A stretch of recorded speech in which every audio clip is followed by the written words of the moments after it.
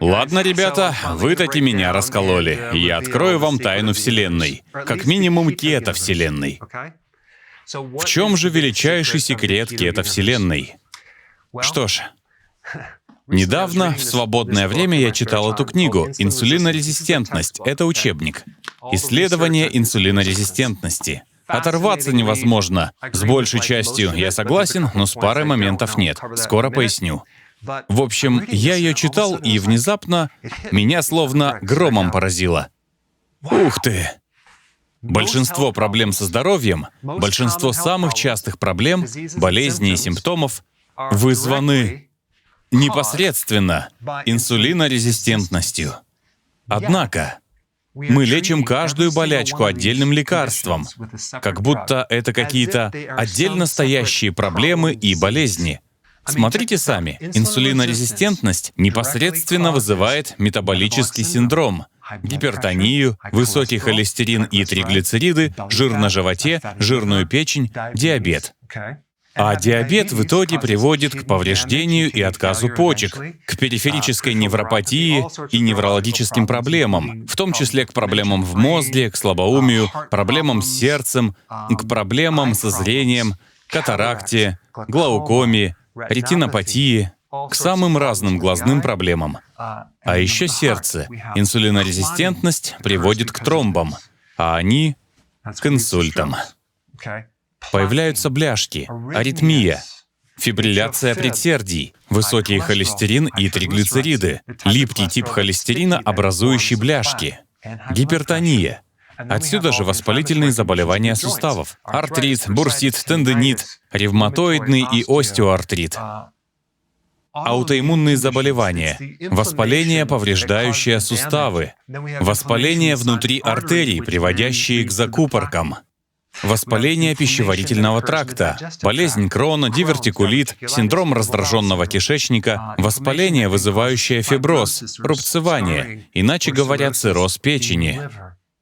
Кроме того, разные проблемы мозга — Альцгеймер, слабоумие, Паркинсон, припадки, когнитивные расстройства, затуманенность сознания, забывчивость, недостаток внимания и концентрации, СПКЯ, то есть синдром поликистозных яичников, вызываемый избытком андрогенов в женском организме. В норме у женщин андрогены не должны быть повышены. К чему это приводит? Рост волос на лице и на теле, облысение, низкий голос, жир на животе и так далее.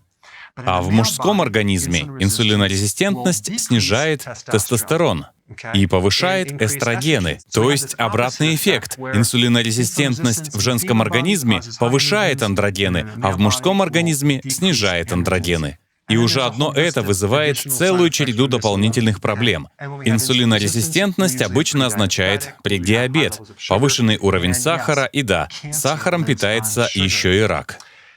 Не говоря уже про ожирение. Инсулинорезистентность — главная причина ожирения. Почему? Потому что инсулин — главный жирозапасающий гормон. Что же такое инсулинорезистентность? Это когда ваши клетки отторгают инсулин. Они больше не принимают инсулин. Что вызывает это состояние? Хроническое воздействие инсулина. Если отмотать еще немного назад, то высокий уровень инсулина вызывается высокоуглеводной диетой. Постоянная еда, частая еда, еда по 6 раз в день с перекусами и так далее приводит к этому. А еще выработку инсулина повышает кортизол, потому что кортизол, будучи гормоном стресса, разрушает белки и стимулирует инсулин, и большую часть вреда от повышенного кортизола на самом деле наносит повышенный инсулин. Повышенный кортизол в итоге вызывает инсулинорезистентность. Если посмотреть на инсулин как на ключ, функция которого — пропускать топливо внутрь клетки и регулировать сахар в крови, это главный контролер уровня глюкозы в организме. Еще он контролирует поступление в клетки аминокислот и других нутриентов. А когда у вас инсулинорезистентность, допустим, какой-то орган инсулин не получает, и этот орган посылает сигнал поджелудочной железе, заставляя ее вырабатывать море инсулина. То есть при инсулинорезистентности у вас одновременно и нехватка инсулина, и мощный прилив инсулина к некоторым органам. И этот мощный прилив инсулина приводит к таким проблемам, как жирная печень и ожирение. А нехватка инсулина также создает проблемы, особенно в мозге. Ведь инсулин, верите или нет, это противовоспалительный гормон. То есть при инсулинорезистентности определенные части организма получают недостаточно инсулина, и там начинаются воспаления. То есть многие воспаления при инсулинорезистентности происходят из-за нехватки инсулина в некоторых частях организма. Возьмем для примера мозг. В болезнях Альцгеймера и Паркинсона есть кое-что уникальное. При них в нервных клетках наблюдается серьезная нехватка глюкозы. Почему? Из-за инсулинорезистентности им не хватает инсулина, чтобы топливо поступало в нервные клетки, и те отмирают. Одним из средств против Альцгеймера является назальный спрей с инсулином. Инсулин впрыскивается через носовые пазухи прямо в мозг, и это дает неплохие результаты при слабоумии. Проблема в том, что в итоге это усугубляет инсулинорезистентность, ведь ее вызывает как раз постоянное воздействие инсулина. Есть еще метод лечения аритмий, при котором пациенту вводят инсулин в сердце. Ведь он повышает электрическую активность и мобилизацию электролитов. Почему? Потому что инсулин участвует в усвоении электролитов. Как видите, эти методы работают в обход реальной проблемы — инсулинорезистентности. Ладно, теперь вернемся к этой книге и разберем один момент.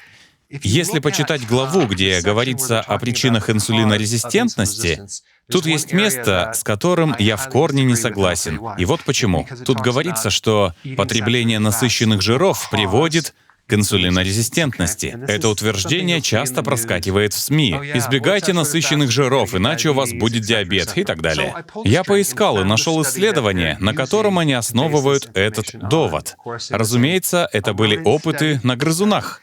Когда я попытался найти это исследование, оно оказалось платным. Оно стоило $47. Но его можно взять на прокат за $7. И вот оно. Высокожировая диета провоцирует инсулинорезистентность.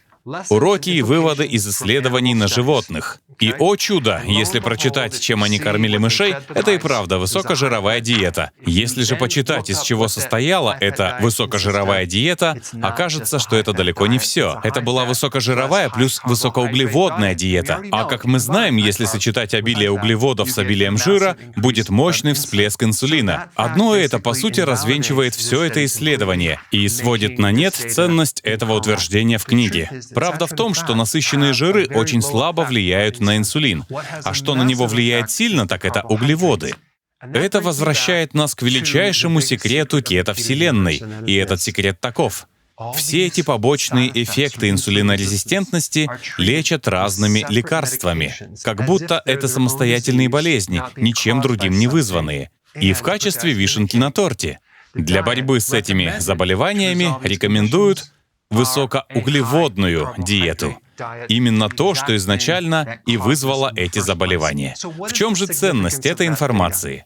Что ж, она говорит нам, что важность кето-диеты и интервального голодания гораздо выше, чем мы думали. Потому что эти методы напрямую борются с инсулинорезистентностью, что косвенно поможет вам победить ее последствия. Спасибо за просмотр.